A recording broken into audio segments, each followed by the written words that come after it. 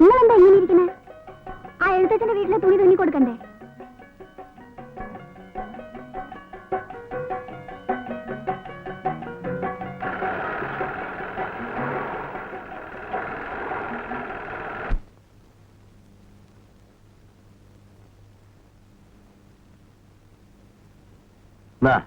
പണ്ടാറടങ്ങ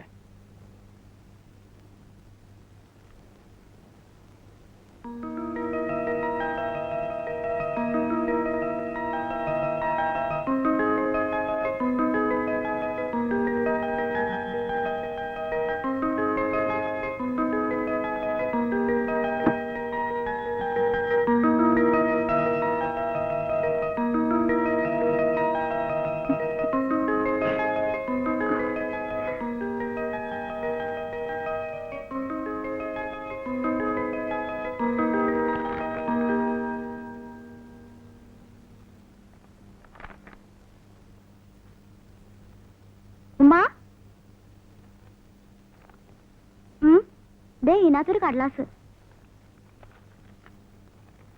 തുന്നക്കൂലിയുടെ കടലാസാവും.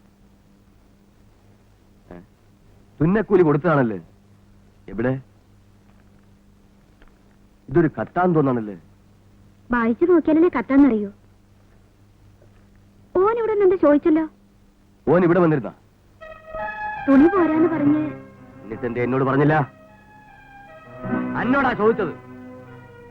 നല്ല ബലാലോട്ട് കയറി ഇറങ്ങാനുള്ള സ്ഥലമല്ലത്.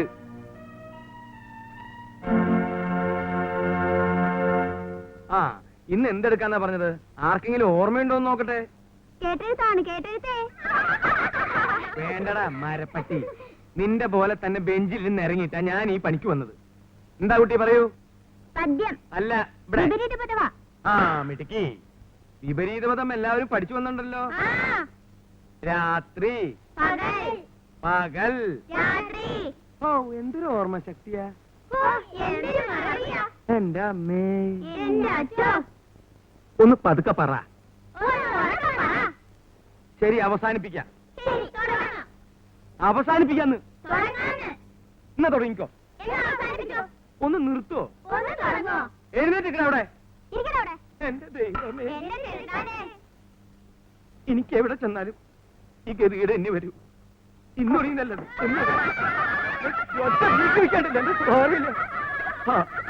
മാഷേ,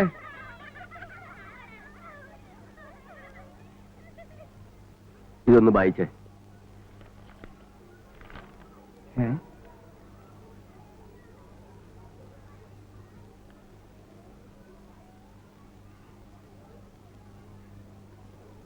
എന്താ നിങ്ങൾക്കറിയില്ലേ വായിക്കാൻ?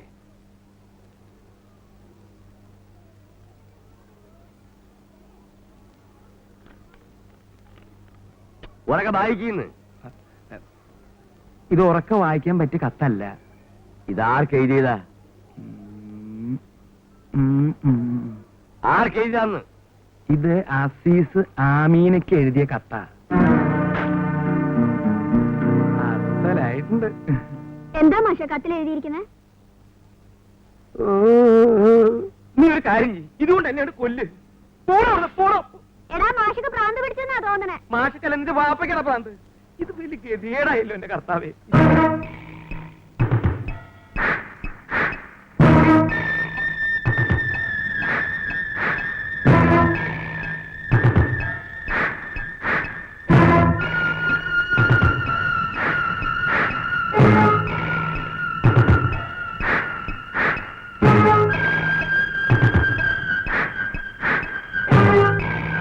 എന്താ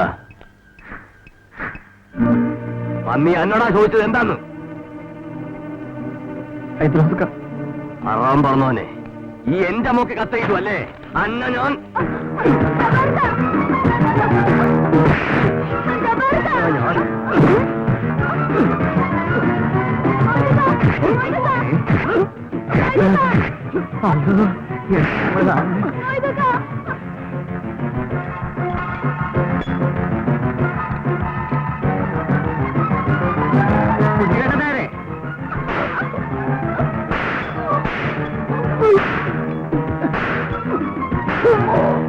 അടിച്ച് പൊളിക്കണോ?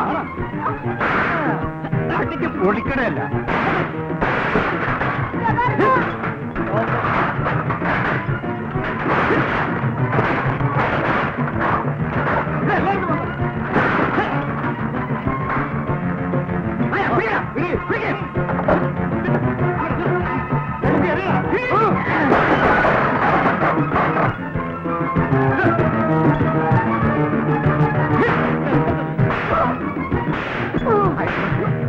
പോയി ഓനെ വിട്ടേക്ക്. ഓ പാവാ ഹൈഡ്രോസേ, അവൻ പൊക്കോട്ടെ. വേണ്ട വേണ്ട, ഈ നിങ്ങളാരും ഇടപെടണ്ട. ഹൈഡ്രോസക്ക എന്നൊന്നും ചെയ്യരുത്. നിനക്ക് അവനെ നിക്കായി തീർണം. എന്തിരുത്തേ പറഞ്ഞേ? ഒന്നുകൂടെ പറയ്. ഹൈഡ്രോസെ, അവൻ പൊക്കോട്ടെ. വെറുതെ അവനെ കൊന്നിട്ട് നീ എന്തിനാ ജയിലിൽ പോണത്? പൊയ്ക്കോ പന്നി സുവറേ. നീ എന്നെ ഈ കുന്നത്തങ്ങാടി കണ്ട എന്റെ മയ്യത്താ. ഹൈഡ്രോസിന്റെ മോളെ കെട്ടാൻ വന്നിരിക്കുന്നു. ഹിമാർ പറ.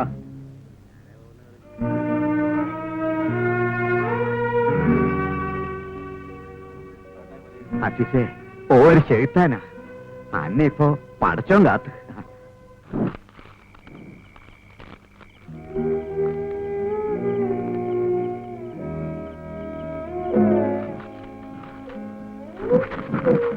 അനക്ക് വല്ലാണ്ട് പറ്റുമോ മോനെ? സാരമില്ല, ഞാൻ പോവാം. നീ എവിടേക്കാ പോണത്? കുന്നത്തങ്ങാടി എന്താ ഓന്റെ വാപ്പയുടെയാ? പടച്ചോനെ, ഞമ്മളൊരു പെണ്ണായി പോയല്ലോ. കൈ അങ്ങനെ സരിക്കുക. ആണായിരുന്നെങ്കിൽ ഓനെ തല്ലിക്കൊന്ന് പെണ്ണിനെ കൊണ്ടുപോകും. നിങ്ങൾ കൊണ്ടോട്ടേക്ക് പോവാ? വാപ്പ എന്നെ കൊല്ലും. ഇങ്ങനെ എല്ലാരും പേടിച്ച് എങ്ങനെ കയ്യ? മോനെ, ഈ ദുനിയാവിൽ ജീവിക്കണമെങ്കിൽ കുറച്ച് ഉസിരൊക്കെ വേണം. ജനിച്ചു കഴിഞ്ഞാ ഒരു പ്രാവശ്യം മരിക്കുള്ളൂ. പിന്നെ ആരെ പേടിക്കാൻ എന്റെ മോനെ?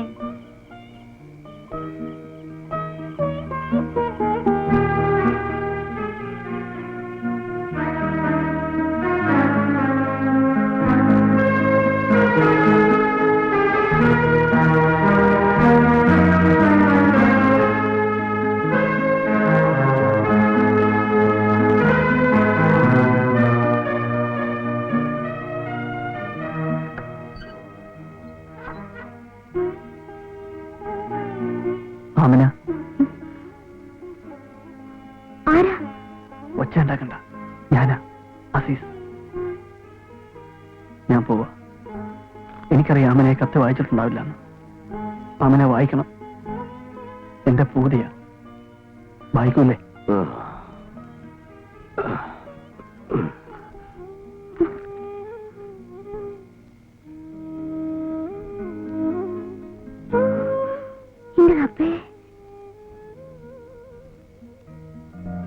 ആമനന്റെ ബാപ്പതല്ലേതാ?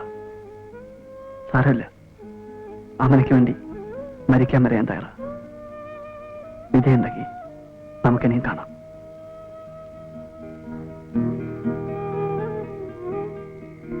പ്രിയപ്പെട്ട നാട്ടുകാരെ, സമ്പൂർണ്ണ സാക്ഷരത എന്ന മുദ്രാവാക്യവുമായി ഒരു നവയുഗം പടുത്തുയർത്തുമെന്ന് ഉറക്കെ പ്രഖ്യാപിച്ചുകൊണ്ട് വിജ്ഞാനത്തിന്റെ ദീപശിഖയുമായി ഇതാ ഈ സാക്ഷരജാഥ ഈ വാഹനത്തിന്റെ തൊട്ടു പിന്നാലെ വന്നുകൊണ്ടിരിക്കുന്നു. നമ്മൾ പ്രതീക്ഷിച്ച ആളുണ്ട് അവിടെ. അതെ അതെ. വരണം വരണം.